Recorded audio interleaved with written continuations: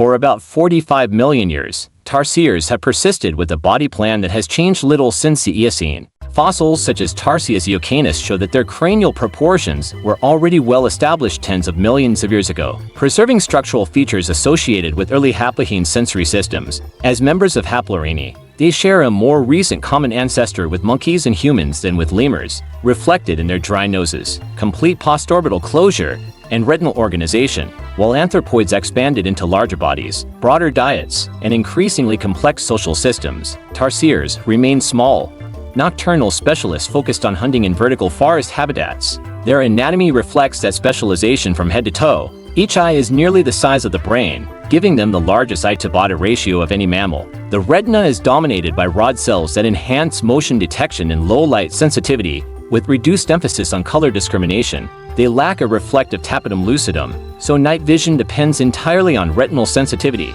Because the eyes cannot rotate within the skull, the neck allows roughly 180 degrees of rotation to either side, permitting wide visual scanning without shifting the body. Hearing supports this visual precision. A relatively enlarged auditory processing center helps them detect high-frequency sounds, and independently rotating ears localize insect movement and ultrasonic calls that can approach 70 to 90 kHz. In some Sulawesi species, that ultrasonic range also shapes their social world. By communicating at frequencies above the hearing range of many primary predators such as owls and civets, tarsiers maintain contact with mates and neighbors while reducing the risk of detection. Duet timing and call structure vary between populations, especially in Sulawesi, where valleys separated by short distances can host distinct vocal dialects. Across Sulawesi's roughly 180,000 square kilometers, this 12-species radiation demonstrates speciation shaped by geography and acoustic divergence rather than dramatic skeletal change. Locomotion completes the design.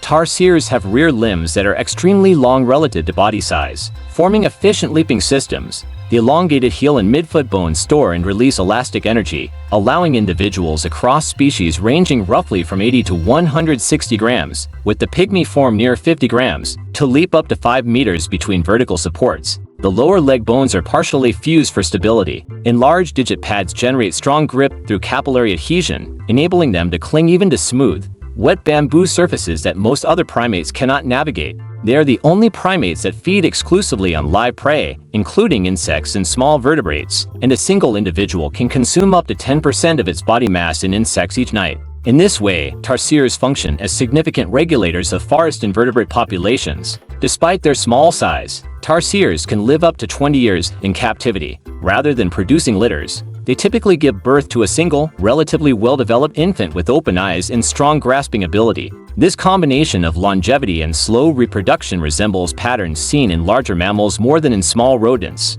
It also means that population recovery after disturbance is gradual. Today, the lineage is divided into 3 genera distributed across Southeast Asia. In the Philippines, Carlidocyricta is characterized by a nearly hairless tail with a terminal tuft, enlarged adhesive toe pads, strong sight fidelity, and infant parking behavior. In Borneo and Sumatra, Cephalopithecus spankinus occupies lowland and peat swamp forests, showing yellowish to olive fur, slight interdigital webbing, and a free sandpounds hunting strategy. In Sulawesi, the genus Tarsius contains the greatest diversity. Tarsius pumilus inhabits cloud forests between 1,800 and 2,200 meters. Tarsius tampara is confined to Sio Island. Tarsius tarsier is known for structured dawn duets, while Tarsius spectrum gurskia produces ultrasonic pair calls, near 90 kHz. Tarsius lariong shows a darker facial mask and a distinct duet pattern. Tarsius dentatus has dental features consistent with harder-bodied insect prey. Tarsius pelingensis,